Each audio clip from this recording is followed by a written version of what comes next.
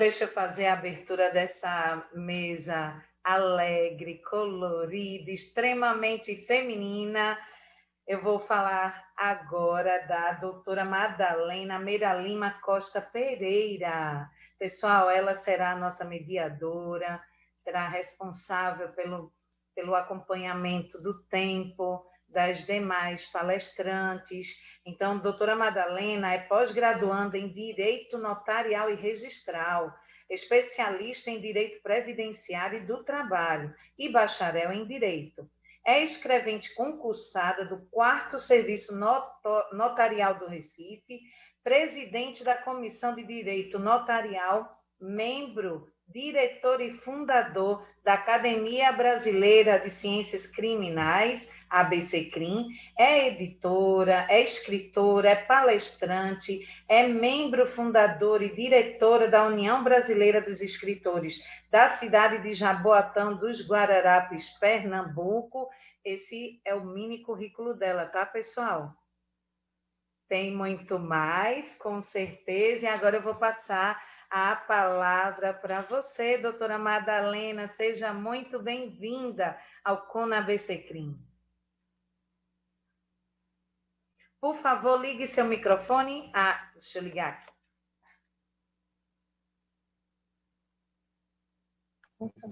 Boa, ligou. Pois é, boa tarde a todos, boa tarde a todas que estão participando desse congresso da ABCCrim.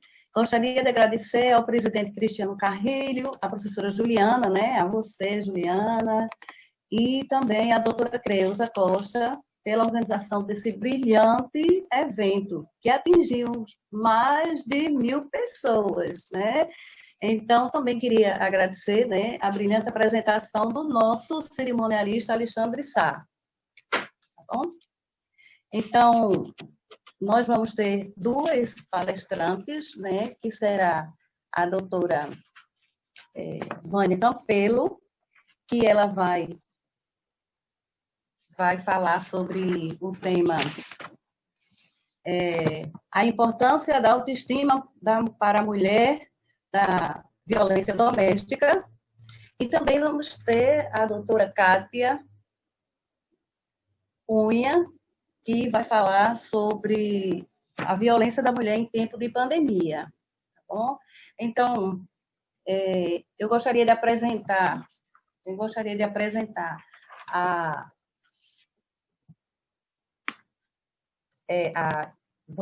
a doutora Vânia Loureiro, psicóloga, funcionária pública do TJPE e sócia da Astea. Doutora Vânia já está presente. Doutora Vânia? Então... Sim. Então, eu vou falar sobre... começar falando só algumas coisas. Então, com o advento da pandemia, pessoas perderam seus empregos, outros passaram a trabalhar em casa. E, em decorrência disso, houve um aumento expressivo em referência à violência contra a mulher, tendo um impacto muito negativo devido ao estresse. As pessoas precisaram ficar confinadas em casa, mas nada disso justifica qualquer tipo de violência contra a mulher. E, para isso, esse ingresso preparou, em apoio ao Augusto Lilás, essa mesa que vai tratar de assuntos de interesse a essas vítimas de violência. Vamos agora escutar a nossa querida doutora Vânia Loureiro, que vai falar para nós. Pode começar, doutora. Boa tarde, muito boa tarde a todos. Inicialmente, eu gostaria de agradecer aqui a participação aqui no primeiro Congresso Nacional, não é, da Academia Brasileira de Ciências Criminais. Também agradecer à doutora Creuza, à doutora Juliana por essa organização, ao doutor Cristiano Carrilho. E aqui também cumprimentar as minhas duas grandes amigas, que é a doutora Kátia Cunha e a doutora Madalena Meira, que é um prazer aqui estarmos juntos aqui nesse momento, nessa tarde, né? E agradecer a quem está nos ouvindo, a quem está aqui participando do nosso evento aqui, nessa curiosidade, nessa troca aqui sobre essa importância que é tratar de um ponto tão delicado em nossa sociedade, que é sobre a violência doméstica. E eu vou falar um pouco aqui sobre a violência doméstica e focar a importância dessa autoestima para a mulher vítima da violência doméstica. Então, a gente pode considerar, né, que ela precisa ter um entendimento, conhecimento também sobre a própria condição dela como pessoa na sociedade, seu autorrespeito, né? Ela precisaria ter toda uma demanda para que ela possa realmente interagir melhor. E mais que nada, a gente tem hoje a Lei Maria da Penha, que está fazendo 14 anos, que é um marco histórico, né, no Brasil em relação a essa perspectiva de mudança. E essa inovação vem também para criar esses mecanismos, não só de coibir a violência com a legislação, mas também para oferecer essa rede de apoio a essas mulheres vítimas de violência doméstica, né? E aqui nós temos um teórico que ele coloca um conceito muito interessante sobre o que é essa violência de uma forma geral. Só que a violência não é só um tipo, são vários atos que podem acontecer em relação à violência. E pode resultar tanto dano ou sofrimento de natureza física, psicológica, econômica, tudo isso está no cômputo aí da mulher que pode vivenciar esse processo da violência. Inclusive também ameaças, não é? Que ela não está fora de estar vivenciando essa situação. E aí eu faço uma pergunta a vocês que estão aqui nos ouvindo, para a gente pensar junto. Qual é esse impacto realmente da autoestima da mulher vítima da violência doméstica? Será que essa mulher que sofre a violência doméstica com uma certa constância, uma continuidade, ela rebate, isso remexe automaticamente na autoestima dela? Vai dar alguma modificação a isso ou não, não é? Então, pelos estudos, a gente sabe que isso é um dos fatores que faz com que a mulher que sofre essa violência ela vai repassar, não é, uma situação de uma autoimagem mais desfavorecida pelas situações que ela está passando. Porque se ela tem uma autoimagem mais elevada, ela automaticamente ela vai se sentir mais com autorrespeito, vai se sentir mais apropriada, com condição mais de enfrentar as situações da vida, as adversidades, inclusive também a adaptação dela na sociedade, na parte profissional. Ela vai se sentir com capacidade para. E será que essa mulher que recebe constantemente violência, seja ela física ou psicológica, ou sexual, ou econômica, né, patrimonial, será que essa mulher, como é que ela fica com a autoimagem dela? Será que realmente ela se modifica? Não é? Então, a gente verifica que os estudos indicam que a grande maioria, não podemos dizer todas, mas a grande maioria que passa por situações de violência, ela tem uma interferência na sua autoestima, né? E aí é interessante a gente refletir também aqui que existe uma diferença entre a violência física e a violência psicológica, levando em consideração que essa violência psicológica é o ponto iniciante, porque geralmente ela vem sendo minada, ela é velada, é aos poucos. São coisas que são detalhes que vão ocorrendo, são comentários que vão acontecendo, desfavorecendo, não é? Denegrindo a imagem, desvalorizando a imagem dessa mulher. E isso vai automaticamente, é como se fosse paulatinamente, pouco a pouco, isso vai romper também com a saúde dela, tanto mental. E quando vem a violência física, então combina com as duas possibilidades. Então, ela vem com a violência física e a psicológica. A física, a gente pode considerar que é mais a agressão especificamente. Mas essa psicológica que não é palpável de se encontrar, mas ela é invisível e ela é muito forte e ela realmente causa muitos danos, né? E a tendência é que essa mulher que tem essa violência psicológica, ela passe a se sentir rejeitada, que não tem condições de acompanhar seus filhos, não é? Não tem um autocontrole. Então, tudo isso aí vai rebater na condição comportamental dessa mulher que vive essa violência. Só que, muitas vezes, ela é camuflada, como eu falei inicialmente, ela é velada, ela não se dá conta. Então, acho que é interessante que nós possamos aqui estar neste congresso tratando de temas tão interessantes como a parte da criminologia, como a parte da informação. E aqui nessa mesa, não é, temos a oportunidade de falar sobre a situação da mulher vítima de violência doméstica, porque é um tema ainda que gera um certo preconceito, assusta um pouco. Por quê? Porque ele sai do âmbito privado para o público. não é? Então, tudo isso que mexe, que você considera que está sendo vulnerabilizado a sua vida, você quer se resguardar por receio, não é? Que vai expor, até porque este companheiro foi você quem escolheu. Seja ele qual for, ou numa visão homoafetiva ou heteroafetiva, seja quem for com quem você vive, porque o agressor não é especificamente só o companheiro, não é? Mas pode ser um marido, uma esposa, ou um parceiro do mesmo sexo, né? Ou um pai, ou uma mãe, tudo isso são pessoas que estão no seu entorno que pode provocar esta violência. Então, automaticamente, isso vai rebater, não é? E eu tenho aqui uma frase, um depoimento aqui de uma pessoa que nós fizemos uma coletânea, que ela diz claramente: passei muitos anos recebendo essas informações e eu não tinha ideia que isso era uma violência psicológica. E ela dá um trechozinho da sua fala no momento que ela diz: ele me obrigava a ouvi-lo por horas, me xingava, não é? Me rebaixando. Eu sabia que ele me tratava mal, mas não tinha ele como ele sendo um abusador. Então, isso é muito típico, porque essa mulher, muitas vezes, ela não identifica que ela está passando por uma situação de abuso, não é? Que está convivendo com uma pessoa que realmente é o agressor. Ela não se dá conta em relação a isso. E aí a gente pode até se perguntar, mas por que será que essa mulher vive isso e permanece nessa situação? É interessante, não é, a gente refletir. Muitas vezes pode ser por medo, muitas vezes pode ser por a culpabilidade que ela acha que tem em relação a essa situação que ocorreu. Também, ela pode ter uma dependência financeira, mas também estudos demonstram que nem sempre há também mulheres que são independentes financeiramente, que até, no caso, sustentam a casa, mas que são passíveis e sofrem essa violência doméstica, não é?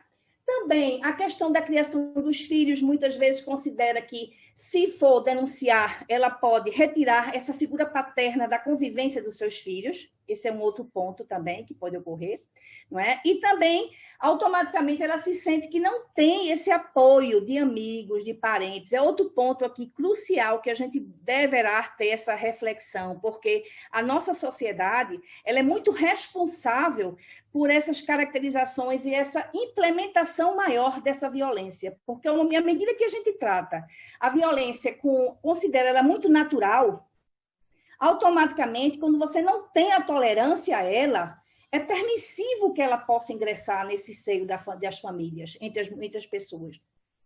Porque pode ser considerado como algo tranquilo, normal, e, no entanto, não é.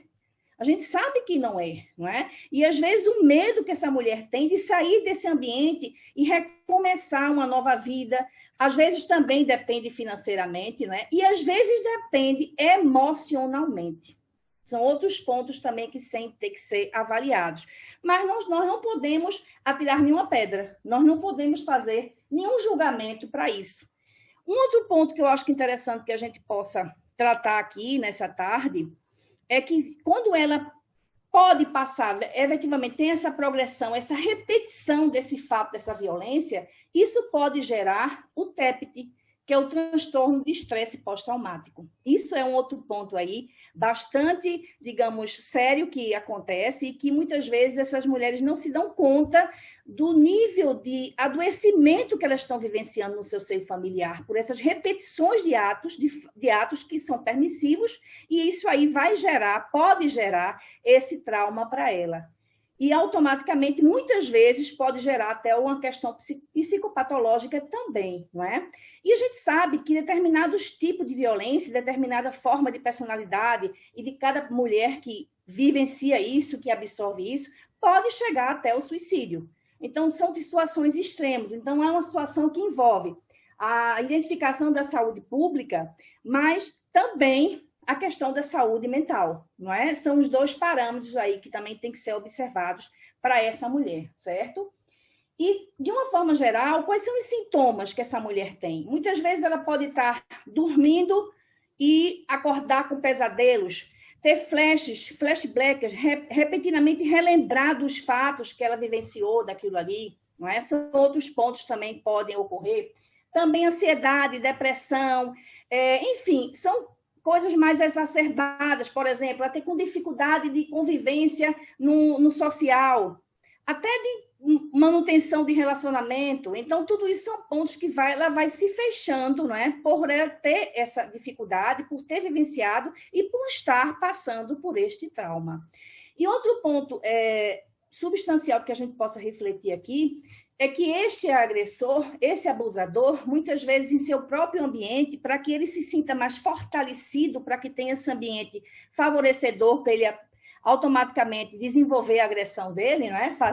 Ser abusador, ele vai minando toda essa rede, não é? Emocional, de apoio que essa mulher tem. Isso é uma coisa muito delicada, porque à medida que ele vai fazendo críticas à sua família, a seus amigos, não é?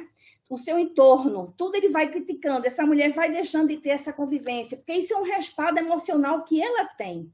E ela precisa, porque todos nós precisamos, em algum momento, de um apoio emocional. A vida são subidas e descidas em algumas situações e a gente vive coisas boas, coisas não boas, e são nesses momentos que esses recursos emocionais vão nos dar sustentação. E quantas vezes esse abusador, às vezes até inconscientemente, vai minando essa rede, esse apoio, esse entorno emocional que essa mulher tem, e isso vai favorecer também que cada vez mais ela se sinta fragilizada, e é um momento que aí ele aproveita nessa situação para que realmente a violência possa ser bem ecludida aí. E, lógico, essa sendo repetitiva, volto a dizer, o problema aí de trazer um transtorno TEPT, né? O transtorno de estresse pós-traumático, que pode ter consequências bastante difíceis aí e complicadas para essa saúde psicológica da mulher, não é? Por outro lado, para que ela possa sustentar, digamos assim, reviver, não é? Fazer um outro caminho para recuperar, para sair desse patamar, nós temos a chamada rede de apoio. Nós sabemos que existe um trabalho hoje no Brasil, até pela própria difundir, né, difundação aí dessa lei, da necessidade da gente estar trabalhando numa outra perspectiva. Então, existem os apoios psicológicos, sim. Porém, ela precisa de um apoio também mais diferenciado, no sentido que não sentir que está sendo julgada, não é?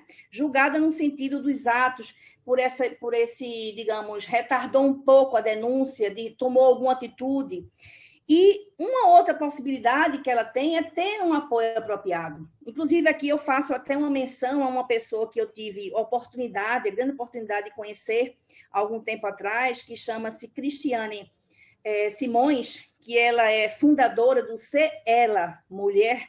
É uma instituição que está hoje, fisicamente, ela está no Rio de Janeiro, mas ela tem uma página da Instagram e ela vem fazendo um trabalho belíssimo com um acolhimento diferenciado dessa mulher. Essa mulher, ao chegar no instituto que ela trabalha, na organização que ela trabalha, que ela é fundadora, essa mulher é acolhida no sentido de realmente ter um apoio emocional, sem esse julgamento. Isso aí faz toda uma diferença para que venha ter reações diferenciadas, para que a mulher realmente possa refazer, não é? Eu ter coragem também de tomar essa atitude. E uma outra possibilidade, que tem momentos que não só é a rede, não é? No momento do sentir, do falar, mas que precisa também de um processo terapêutico.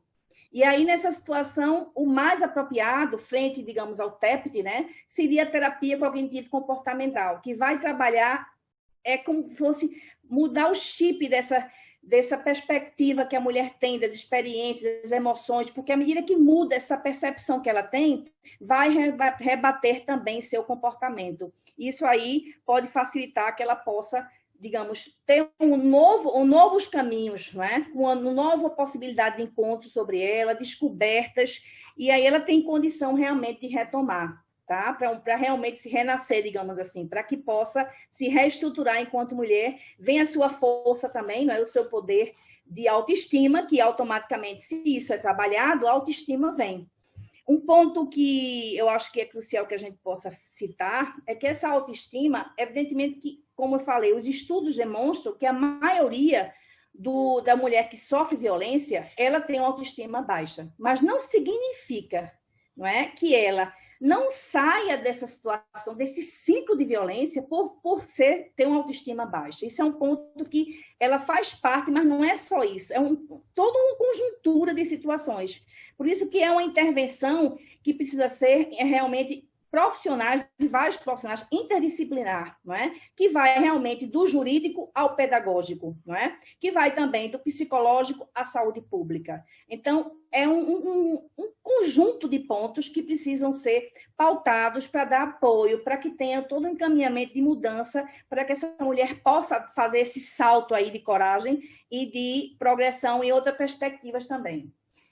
Tem uma frase que eu gostaria de citar aqui, que eu acho que é interessante no momento que a gente fala que essas mulheres, quando buscam essa rede de apoio, elas estão se escutando em suas histórias, não é? Porque ela está falando da sua, ela escuta uma de outra mulher, e muitas vezes, através dessa possibilidade, dessa escuta, os novos caminhos, essas novas curas também vão ocorrendo, porque vai sentindo que está sendo no mesmo ambiente, a mesma perspectiva, e como essas mulheres saíram, que estratégias usaram. Então, a nossa querida aqui, filósofa teórica aqui, a Hannah Arendt, ela fala o seguinte: todas as dores podem ser suportadas se você as coloca em uma história, ou contar uma história sobre elas. Então, essa diversificação, essa integralidade, essa possibilidade de você falar a sua história, de outro escutar a sua história, que vai dar toda a diferença, e é o poder da palavra. Porque essa palavra que automaticamente pode ter denegrido a sua imagem, no momento que esse agressor faz desfavorecida essa palavra também pode ser usada de uma forma muito positiva, com muita força, para que também o seu emocional, não é, possa ser trabalhado, diferenciado e, enfim, visto por um outro ângulo também, nas próprias reações também. Então, em vez de trazer essa perspectiva de julgamento, não é? Que a tendência é que nós, inclusive, na sociedade, em algum momento a gente pode ter pensado, coitada de fulana, vive essa situação, e por que ela não sai disso? Ela é inerte a isso, não é? Então, a gente faz alguns comentários, isso tanto homens como mulheres, não é? Sempre fazendo essas críticas e querendo reavaliar e até dar conselhos e achar que você deveria tomar esse caminho, mas será que essa mulher, ela precisa disso? Ela precisa realmente ter alguém que venha e faça o julgamento da sua conduta, das suas escolhas, não é? Ou porque acha que ela está com pena do seu companheiro, ou porque acha que ela realmente não tem condição, do distanciamento, impunidade. Por quê? Será que realmente fazer esses comentários vai ajudar essa mulher? Ou realmente, se a mulher tem uma possibilidade de ter uma rede de apoio empático, com escutativa, não é? Que possa realmente tratar seus pontos, o que incomoda, o que é que ela quer, até para ter um encontro, porque quando uma mulher chega num momento desse que está fragilizada psicologicamente, né, emocionalmente, ela não enxerga, ela não vê perspectivas. É como se o mundo dela desmoronasse ali. Então, quando ela vem para uma situação dessa de pedir apoio, primeiramente, às vezes ela até já denunciou ou não, ela às vezes ainda está no momento de repensar, até para pedir esse socorro inicial. Então, no momento que ela se sente acolhida, com a possibilidade de verbalizar o que ela está sentindo, expressar, não é? Nessa escuta que é dada a ela, nessa função empática que é feita com quem está atendendo, não é que vai dar a solução, mas muitas vezes a própria solução vai vir dessa mulher. Porque esse apoio vai ser fundamental para que ela possa tomar encaminhamentos, não é? Eu não sei se ainda tem... Doutora Vânia, não há mais tempo, mas eu vou fazer apenas um comentário, como a senhora falou, né? Existem pessoas que, ao invés de apoiar, elas atrapalham, elas prejudicam a recuperação dessas mulheres que estão sujeitas a essas violências. Muitas pessoas, a gente já escutou a expressão de alguém dizer assim, ela gosta de apanhar. Mas não é bem assim, né? Então, os familiares, os amigos, têm que dar realmente apoio. Essa pessoa está precisando de carinho, essa pessoa está precisando de um profissional da área de saúde, para que ela possa realmente se sentir acolhida, como você falou. Então, o pai, a mãe, a filha, os irmãos precisam realmente abraçar literalmente essas mulheres que são vítimas de violência doméstica, Porque o que elas estão menos precisando nesse momento, como a senhora falou, é de crítica. Elas estão precisando de apoio, elas estão precisando de carinho, elas estão precisando ser reconhecidas como pessoa, como gente que elas são. Tá bom?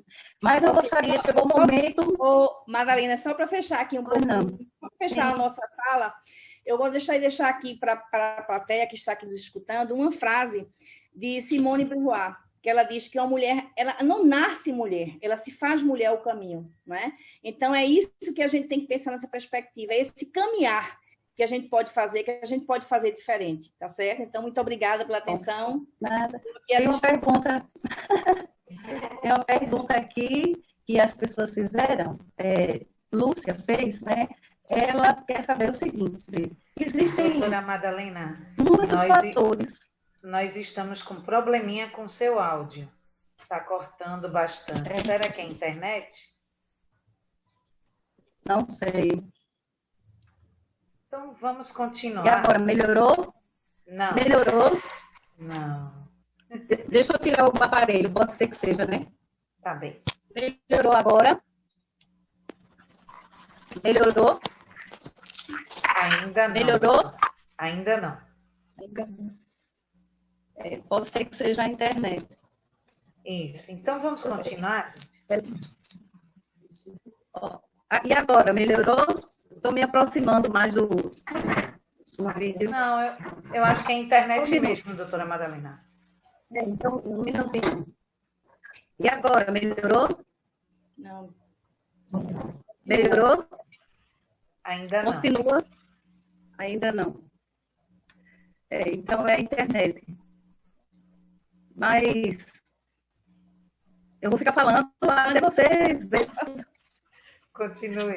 Obrigada. Então, vamos fazer o seguinte. Alô? Continua. Continua, doutora Madalena. Continue. Então, mas você está me escutando, não é? Nada? Não. Tá escutando. Tá cortando, mas dá para escutar, tá bem? Tá bom. Então, eu vou fazer a pergunta.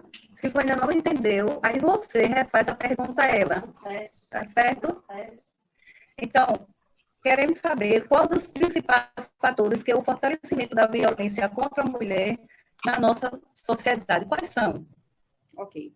Bom, então, Deles. em relação a esses fatores, não é? Eu acho que um dos principais é a questão sociocultural. A gente tem um sistema muito patriarcado, né?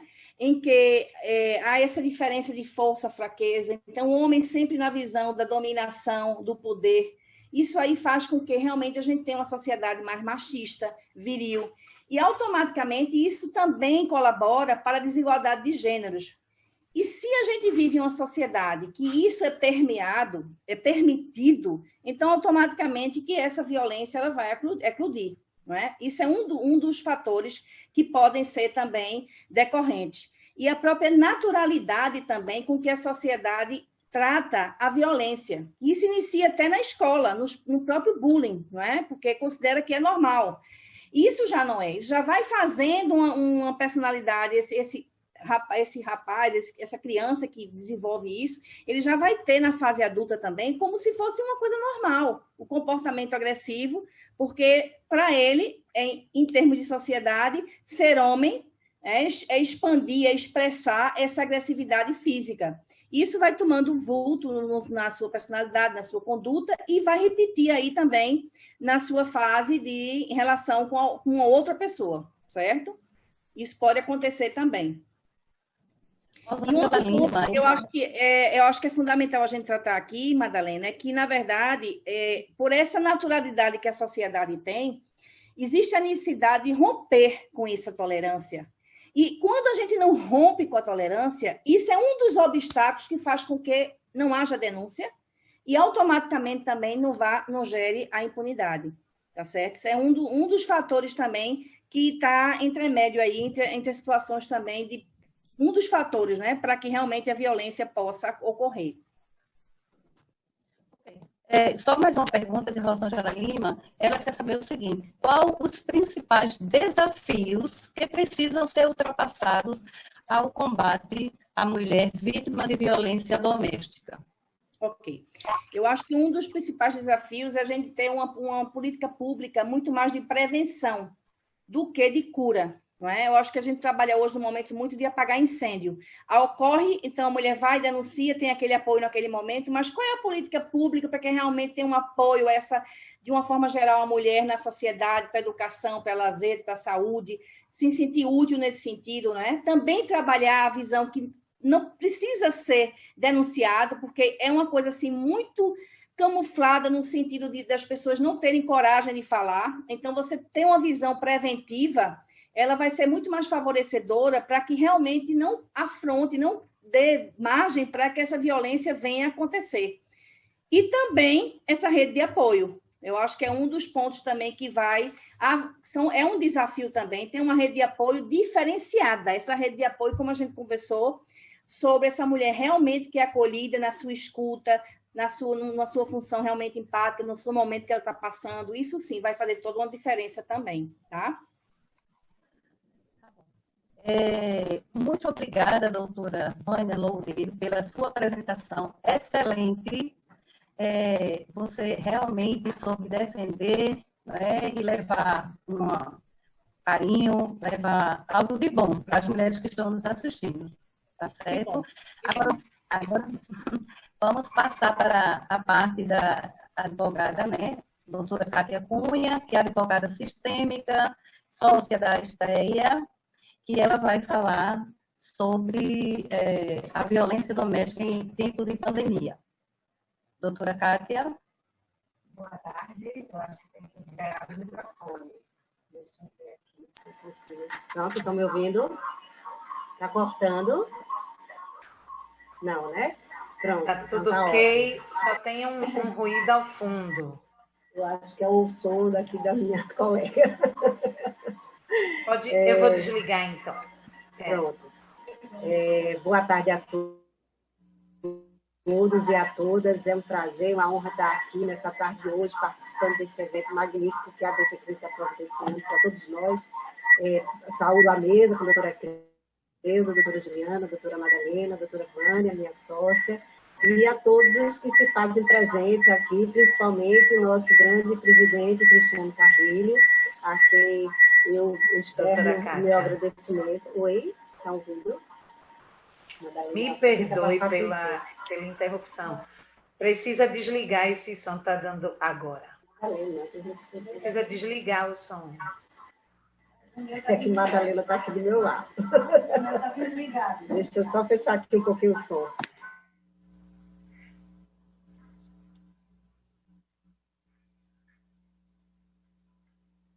Isso, pessoal, ao vivo. Vou lá falar agora. Está ouvindo? Está dando interferência de novo, porque eu também estou ouvindo. Desliga o áudio e todos os sons do outro PC, porque vocês estão muito próximos. Eu estou pedindo a ela para fechar, porque eu não tenho como fechar lá no aparelho dela. Bem, eu vou falar sobre a violência. Dá para ouvir agora? Eu acho que é. Madalena conseguiu fechar? Consegui fechar. Não, está ouvindo. Está ouvindo que o som está em volume alto. Eu estou ouvindo também. Tem que desligar todos os microfones e só o da doutora Kátia poderá ficar ligado. Deixa o seu microfone, Madalena. O microfone do celular ou do computador, porque ela está com os dois aparelhos. Não pode, por favor. Está desativado, Juliana, mas mesmo assim dá para ouvir. Estranho, né? Bem, está conseguindo agora ouvir? Está um pouquinho, né? Mas vamos conseguir, senão a gente não flui. Então, alguém pode ajudar? Eu vou desligar aqui a câmera da doutora Madalena. Alguém pode ajudar ela ali? Madalena? Pronto, conseguiu? Pronto. Funciona melhor agora? Não. É que, infelizmente, não tem alguém que possa ajudar aqui. No mesmo formato, então vamos caminhar. Vamos caminhar. Então, eu vou falar sobre... O meu tema é sobre violência doméstica e repercussões em tempos de pandemia. E antes da gente adentrar no tema especificamente, é importante a gente dar uma lidinha sobre o que fala o artigo 5º, que fala sobre o que é violência doméstica. Seria qualquer ação ou omissão baseada no gênero que lhe cause morte, lesão, sofrimento físico ou sexual, psicológico e dano moral ou patrimonial. Então, a gente, para entender o que seria violência doméstica, seria toda aquela agressão, todo aquele abuso no ambiente doméstico, onde há uma relação de afetividade. Isso pode envolver, como a doutora Vânia falou, tanto a mulher em si, que basicamente a visão da Lei Maria da Penha abrange principalmente a mulher, mas a gente também vê a violência entre pais, filhos, crianças, adolescentes, idosos também, que sofrem violência doméstica. Então, nesse ramo que a gente falou aqui, dentro do artigo, que fala dos tipos de violência, que a gente observa mais predominantemente é a violência física e a violência psicológica. A doutora Vânia falou muito bem sobre a violência psicológica, sendo uma das mais difíceis de serem identificadas, né, de ser revelada, porque muitas vezes a palavra da vítima em relação à palavra do agressor, mas geralmente ela é tipificada na questão do crime de ameaça ou constrangimento ilegal, mas a gente vê muito, o que mais repercute, inclusive, no noticiário, é a violência física, né, porque a gente tem muito crescente no nosso país, infelizmente, o feminicídio, e a gente vê a questão da violência física sendo muito mais divulgada, porque ela deixa marcas, ela se revela mais. E aí a gente tem a tipificação mais no crime de lesão corporal, né? Ou, no caso, quando chega, infelizmente, a situação do próprio homicídio. A gente vê que a casa seria, na realidade, um ambiente de tranquilidade, um ambiente em que a gente poderia ficar bem. Só que, infelizmente, é onde ocorre o maior número de violências, geralmente entre os companheiros, ex-companheiros, parentes próximos que estão ali na convivência. Tanto é que a gente tem um número sério, significativo, que no Brasil, 88% dos crimes de violência doméstica ocorrem exatamente no ambiente familiar. E aí a gente se pergunta, como a doutora Vânia fez muito bem, por que então a mulher não se mostra sofredora dessa violência? Por que ela não corre e vai atrás dos meios, os órgãos que tem para socorrê-la? E a resposta, em geral, está no que ela falou, na questão emocional, na dependência emocional, muitas vezes, que a pessoa tem, mas também na dependência financeira. Em geral, as mulheres se sentem tolhidas porque dependem financeiramente daquele parceiro, daquele companheiro que está com ela, e aí tem os filhos também, então elas muitas vezes relevam essa violência e outras vezes não conseguem nem identificar que estão passando por um tipo de violência. E aí, às vezes, por conta disso, não chegam a denunciar, não chegam a correr atrás da punição desse crime. Né? A questão da Lei Maria da Penha tem ajudado muito a divulgar e elucidar muito. As campanhas que têm sido feitas têm ajudado bastante nesse entendimento do que é a violência doméstica. Então, a gente tem um quadro comparativo que fala sobre a lei antes da Lei Maria da Penha e a lei posterior à Lei Maria da Penha, né? A mudança da lei. Então, antigamente, a gente não tinha uma lei específica que trabalhava a violência doméstica. Hoje, a gente tem a Lei Maria da Penha, que trabalha, inclusive, significando o que é a violência em si, como eu li, e tipifica na violência física, sexual, moral ou patrimonial. Antigamente, os órgãos julgadores eram juizados especiais criminais e as penas variavam de 6 meses a, no máximo, 1 ano. Hoje, a gente tem os julgados específicos, né, as varas de violência doméstica, que geralmente são, em sua maioria, predominantemente juízas, que atendem as mulheres. As penas hoje variam até 3 anos. Né?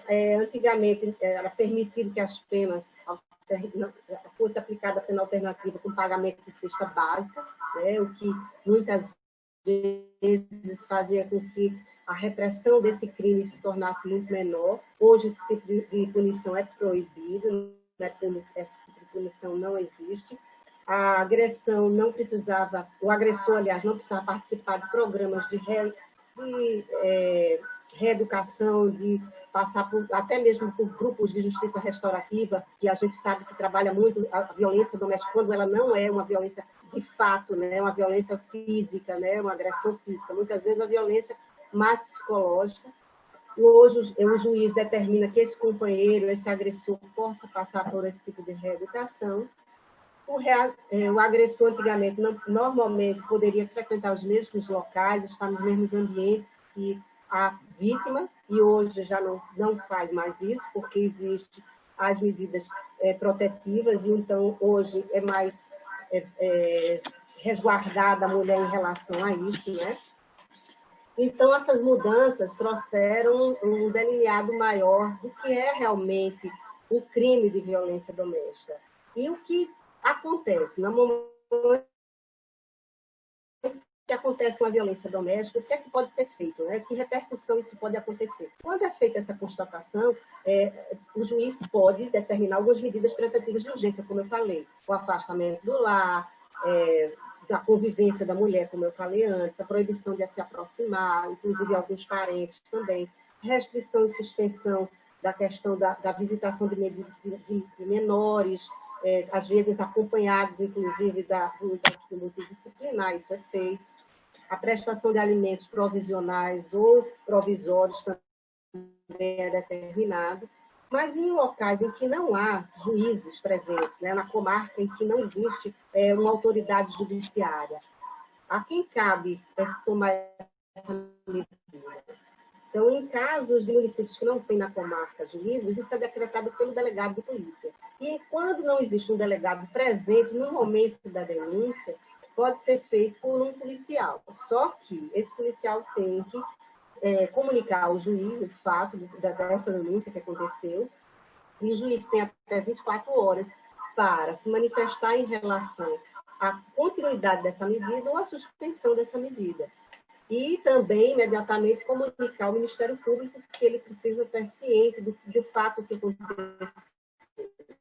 Então, existe essa condição de ser feita, mesmo não tendo a presença de um juiz na comarca, né? A gente está acostumado a pensar a violência doméstica como um acontecimento da esfera privada, mas, na realidade, ela também é uma questão de ordem pública, porque a Constituição nossa, no seu artigo 227, e também o Código do ECA, né, do Código da Criança, o Estatuto da Criança e do Adolescente, ele traz essa proteção à convivência familiar e comunitária.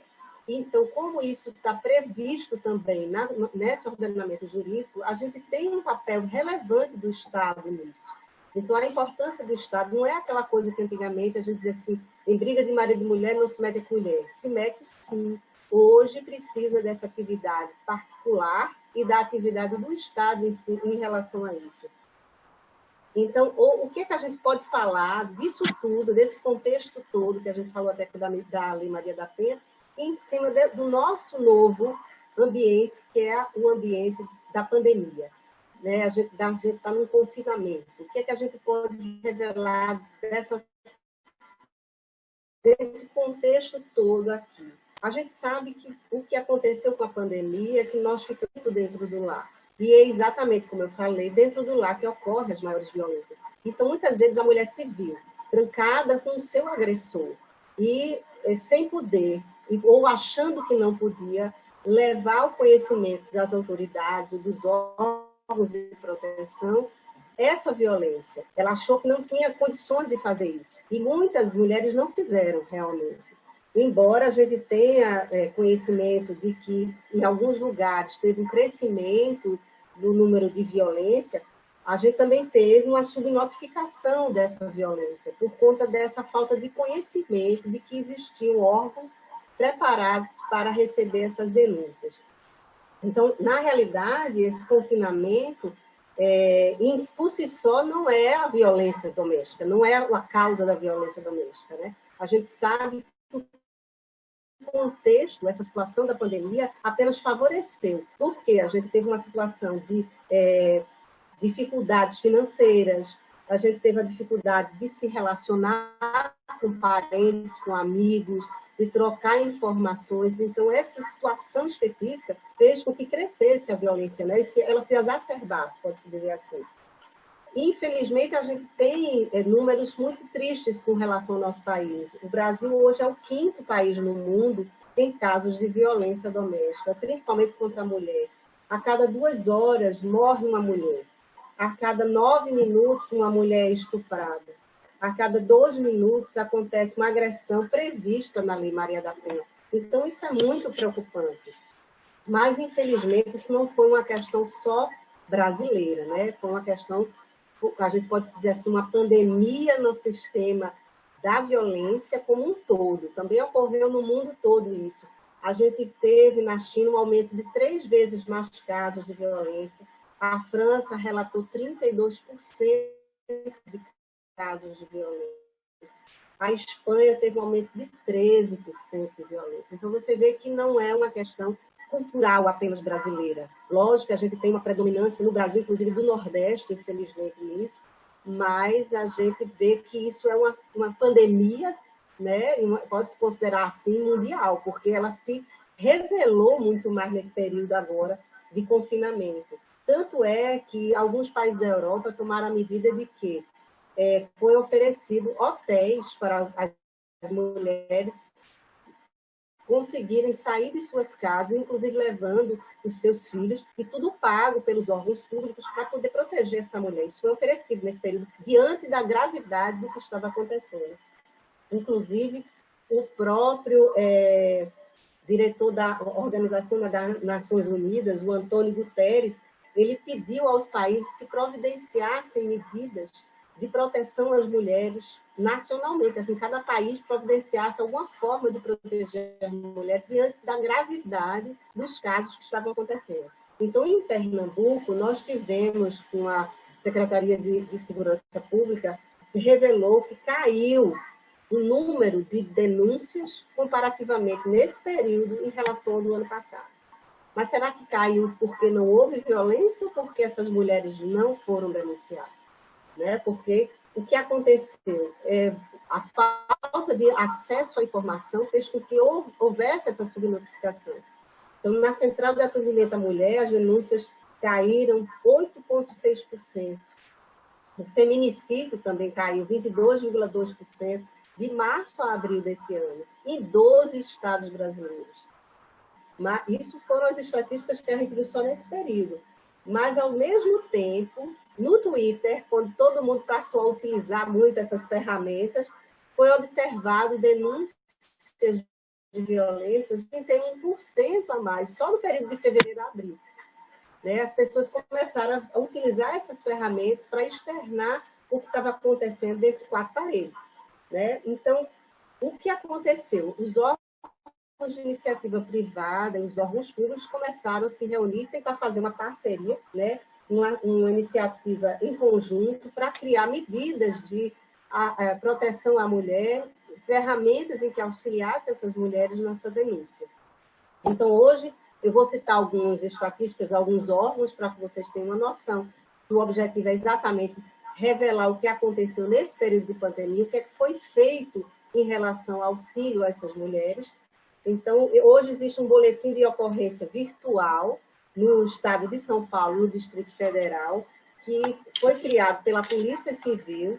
Então, esses dispositivos criados foram o objetivo exatamente localizar a vítima, ela entra nesse dispositivo com essa ferramenta e a vítima é localizada, vai orientada para o local mais próximo de apoio para que ela possa ser socorrida.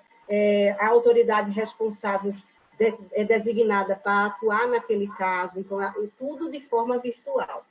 Já no Rio Grande do Sul, o Tribunal de Justiça do Rio Grande do Sul, para que mostrasse a essas mulheres que elas não estavam sem o acesso, porque o tribunal estava fechado, eles criaram... 3 minutos, vou correr, viu? Eles criaram algumas ferramentas em que a mulher pudesse ter acesso. Então, muitas pessoas viram o trabalho feito em farmácias, em supermercados com alguns cartazes, eles fizeram parcerias, começou no Rio Grande do Sul. Isso se espalhou pelo Brasil. A Microsoft, no estado de São Paulo, junto com o Ministério Público, criou um aplicativo chamado Maia, Minha Amiga de Inteligência Artificial, que ajuda as mulheres também nesse sentido. Eu vou falar bem en passant, porque não vai dar tempo, né? Outros grupos de mulheres, Justiça de Saia, Mulher Bem Querer, e outros grupos criaram a Mulheres Justiceiras, que você, em qualquer lugar do Brasil, você pode acessar esse aplicativo pelo WhatsApp, e aí você manda uma mensagem, uma mulher entra em contato com você desse grupo. Também temos várias outras ferramentas do Messenger, do Google, do Facebook, que é o Isabolt. Você manda uma mensagem e fala, quero falar com o robô Isa. E aí é entrado em contato já sabendo que existe uma mulher sofrendo violência doméstica. A gente também tem a Lei 14.022, de 7 de julho, que ampliou também a proteção à mulher, e nesse período de pandemia, eu não vou poder adentrar muito por conta do tempo, né? E com relação a toda essa ajuda, nós também tivemos aqui a OAB criando um mecanismo de ajuda através da CAAP, a mulher advogada, porque não é só porque somos advogadas que não estamos passíveis de sofrer violência doméstica, né? Existem mulheres advogadas, estagiárias ligadas à OAB que podem passar por essa situação, e a CAAP, nossa OAB, providenciou exatamente esse trabalho, dando todo o apoio, custeando advogados, inclusive todo o tratamento psicológico para as mulheres advogadas de Pernambuco. Então, nós também temos várias outras situações, tramitação de uma PL para que as pessoas possam denunciar nos condomínios, que seja responsabilidade do síndico, dos vizinhos fazerem isso. Essa PL ainda está em tramitação, mas já existe no estado de Rondônia, por incrível que pareça, desde o ano passado, né? Então, a gente tem várias ferramentas, né? Apesar de a gente estar tolhido hoje em muitas situações de circulação, mas a gente viu que em pouquíssimo tempo foi criado um mecanismo para auxiliar essas mulheres. Lógico que ainda está muita coisa para ser feita, mas é importante que a gente continue com essa mentalidade voltada para ajudar e com uma perspectiva criativa para criar novas ferramentas e novos meios para coibir esses atos de violência. Eu agradeço, desculpe a fala corrida, mas espero que eu possa ter sido clara. Posso falar mais um pouquinho? Minha coordenadora aqui está dizendo que eu ainda posso falar mais um pouquinho com relação a isso. Nós temos também, recentemente, a criação de um aplicativo, isso que foi ainda agora no mês de agosto, do NISIA, que foi criado pelo nosso Tribunal de Justiça, para que as mulheres que sofrem violência doméstica, que já estão com algum processo em andamento, ela possa acompanhar de casa, sem precisar se deslocar ao tribunal para fazer essa pesquisa, né? Então, ela manda um e-mail, manda uma mensagem pelo telefone específico do tribunal, já está na página do Tribunal de Justiça para quem quiser ver, e apenas a mulher vítima recebe uma senha de acesso para entrar nesse sistema.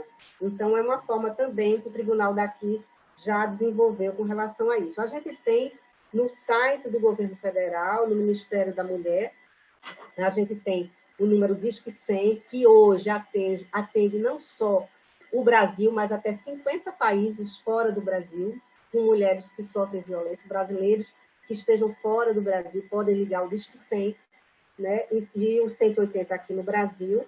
E a gente tem, inclusive, com tradução em Libras. Nesse site, a gente vê a perspectiva do tipo de violência que ocorre, a gente vê qual a faixa etária que predomina a violência, a gente também pode olhar a questão do mapa do Brasil e ver, por exemplo, em Pernambuco foram mais de 400 casos, só nesse período de criação do mês de março a abril. Mais de 480 e poucos casos de denúncias só por esse aplicativo da ferramenta criada pelo governo federal. Então, a gente vê que não houve uma diminuição, como a gente viu nas estatísticas que eu falei. Na realidade, houve um aumento, só que elas foram subnotificadas no início E agora, como está sendo divulgado muitas campanhas, esse congresso mesmo é uma oportunidade de muitas pessoas ficarem sabendo dessas ferramentas, por isso que eu procurei trazer o que eu consegui de informações sobre meios de se comunicar com os órgãos competentes para denunciar, porque até mesmo eu não conhecia todos, né? Então, é importante que a gente possa divulgar isso, possa replicar essas informações para que as mulheres possam denunciar, mesmo porque a gente sabe que a gente ainda não está num período desse novo normal, né? A gente ainda não está no normal que a gente convivia antes, que tinha livre acesso, então é importante que a gente use esses meios de comunicação como forma de divulgação dessa situação. Então, eu gostaria de agradecer muito. São essas as considerações que eu queria passar para vocês. Espero que eu tenha sido clara, meio um pouco corrida, mas que as pessoas possam ter conseguido aproveitar alguma coisa do que eu repassei. Nossa mediadora aqui não está conseguindo acessar a sala. Em alguma forma, Juliana? É verdade, eu compartilhei aí. Será que ela pode ficar do seu lado, doutora Kátia? Venha para cá, Madalena, fica aqui do meu lado. Vamos lá, estamos com uma situação. Que bom, né? Que pelo menos está aí no mesmo ambiente. É. Sim. Pode passar. Vamos para lá. Pode passar.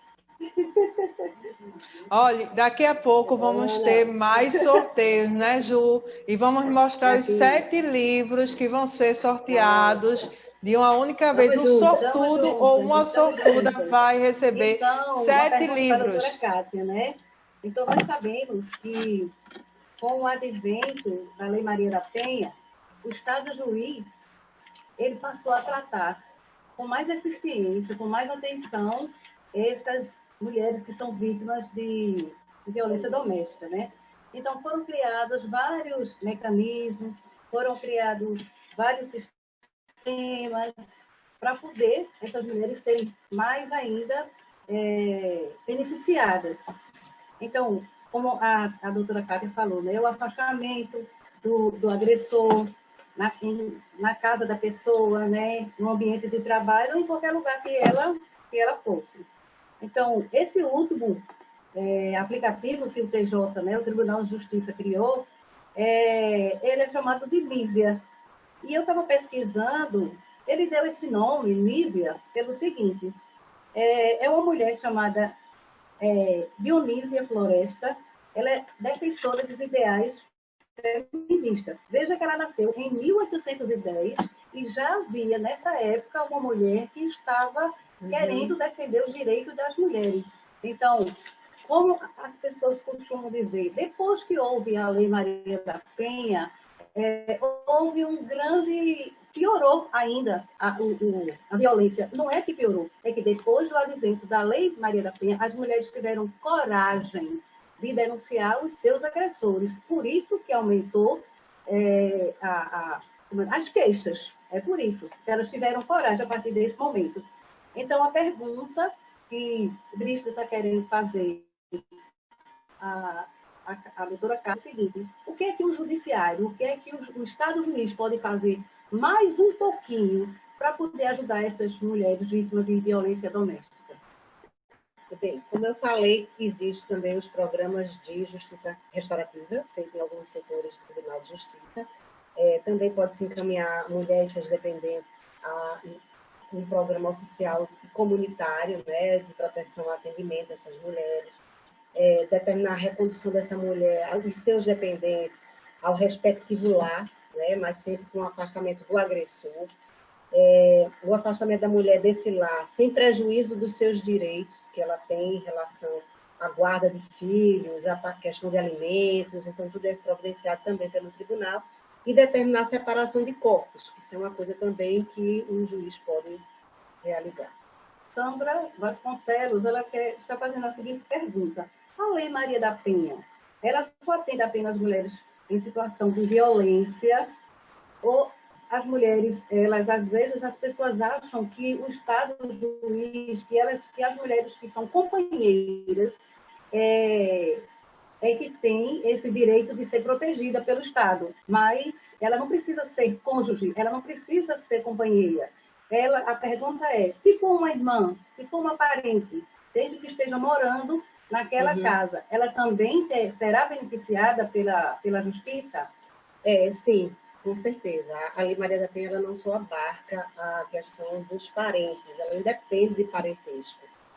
O importante é, como eu falei no início da minha fala, que haja uma relação de afetividade, uma relação de convivência também. É importante que tenha isso. Às vezes você tem um namorado e esse namorado é violento. Muitas vezes a mulher ela não consegue identificar ainda quando o namorado que aquilo dali é uma violência que ela está passando. Mas, à medida que a gente vai divulgando essas informações, como a doutora Vânia falou muito bem da questão psicológica, e a mulher sofre isso ao longo da vida, às vezes, quando criança, sofre com o pai, com um irmão, e aí casa, passa a sofrer esse mesmo tipo de violência com o marido, ou com o companheiro, ou com a companheira, e vai achando que isso é normal, e não chega a denunciar. Mas ela independe da relação de parentesco e é importante que a pessoa não seja vítima disso, ela possa identificar essas questões. E é importante exatamente a divulgação do trabalho que é feito, tanto do trabalho psicológico, como do trabalho jurídico em relação às campanhas com relação à Lei Maria da Penha. Então, a mulher, ela tem que, como a doutora Vânia Loureiro falou muito bem, e a doutora Cátia, as mulheres elas têm que prestar atenção quando é que está começando o tipo de violência. Como foi dito aqui, a violência muitas vezes não é física, é a violência psicológica, econômica. Às vezes o marido começa a controlar o dinheiro da mulher, ela só compra o que ele quer, ela tem que ajudar nas despesas da família do jeito que ele quer. Então, todos esses tipos de violência, a mulher também tem que procurar ir identificando aos poucos para ela ir notando que ela está precisando de apoio, ela está precisando de ajuda. E a Lei Maria da Penha veio beneficiar muito essa mulher, certo?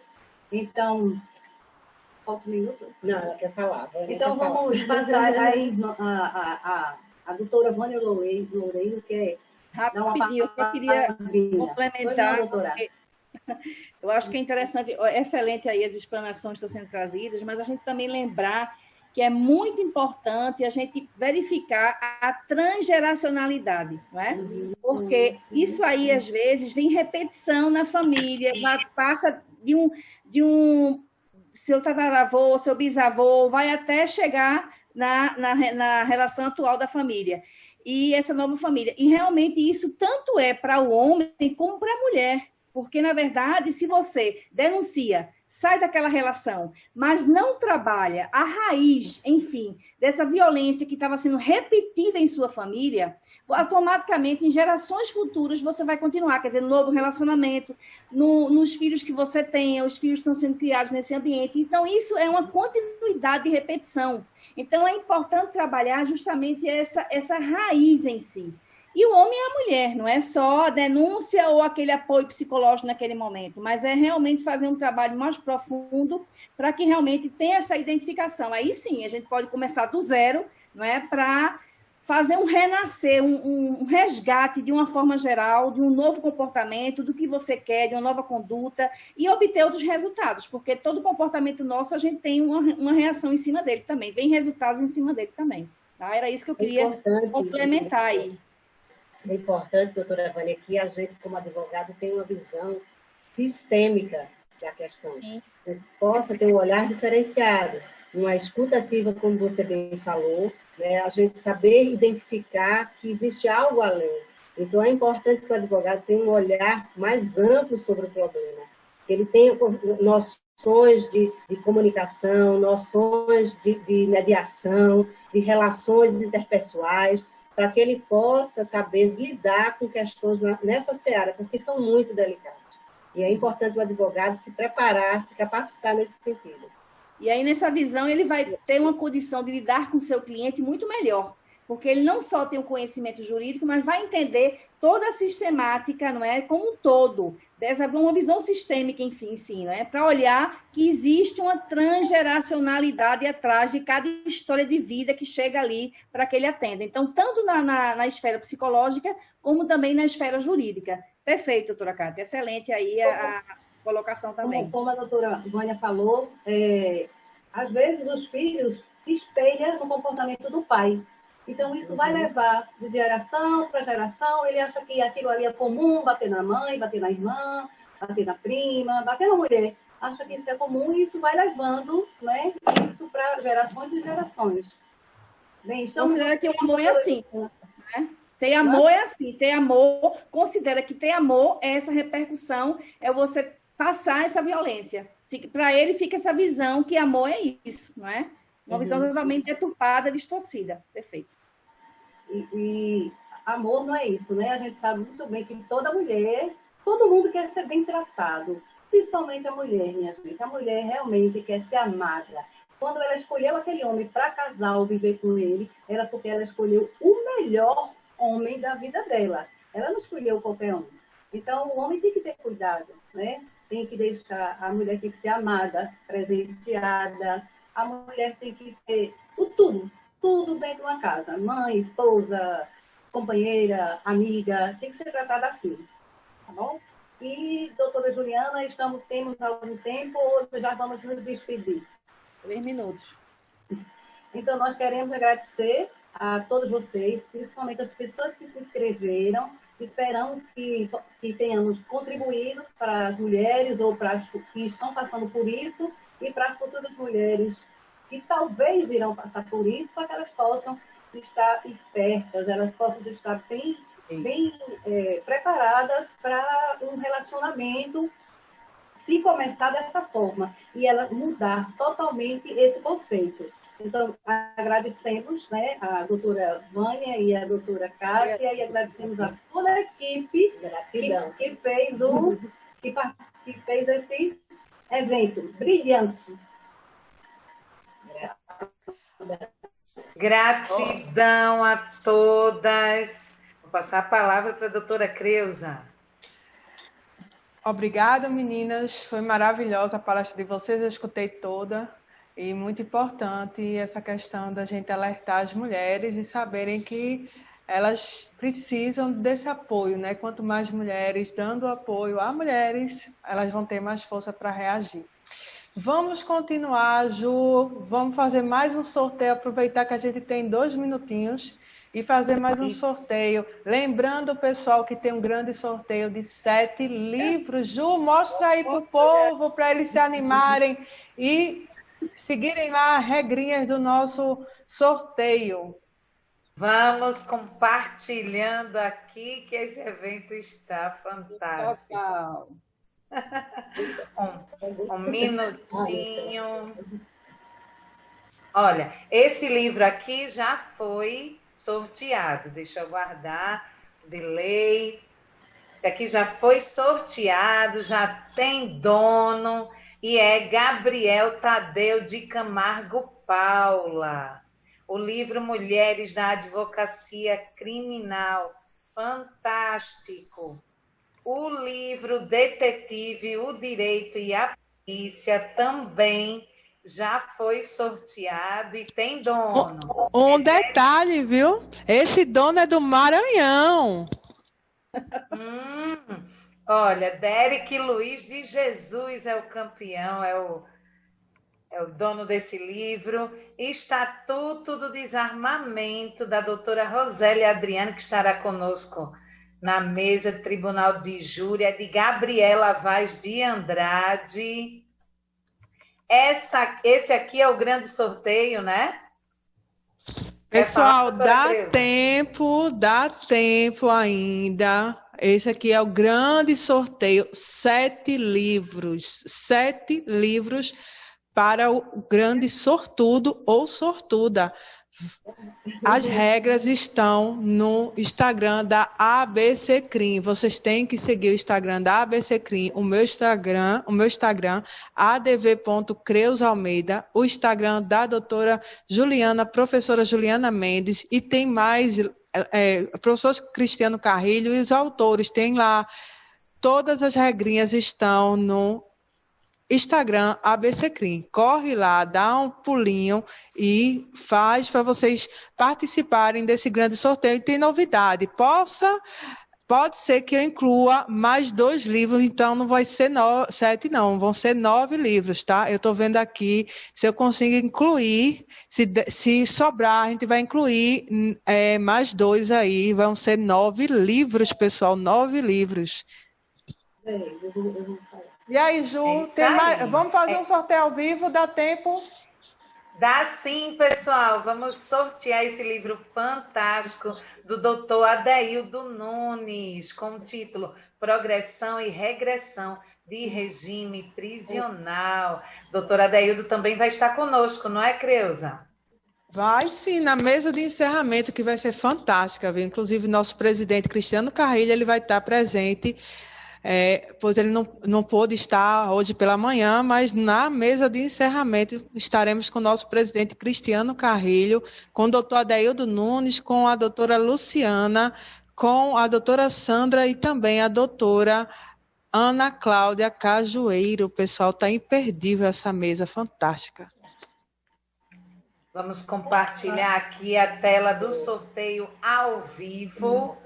Deixa eu ver, já aparecem para vocês. Atenção, meninas, já aparece para vocês o campeão anterior. Está aparecendo.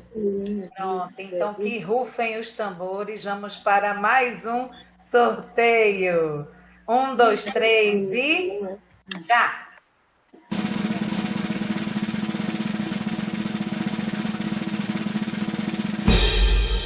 Letícia Cabral da Costa Pelegatti. Vamos anotar, viu, Letícia?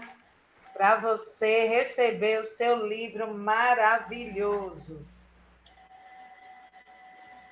Olha aí, pessoal, mais uma ganhadora do livro, e esse livro fantástico do doutor Adeildo Nunes, que foi juiz na Vara de Execução Penal, é juiz aposentado, professor, autor de vários livros, uma sumidade na área de execução penal. Ele, inclusive, escreve também nos jornais locais aqui, salvo engano, o Jornal do Comércio, o Diário de Pernambuco.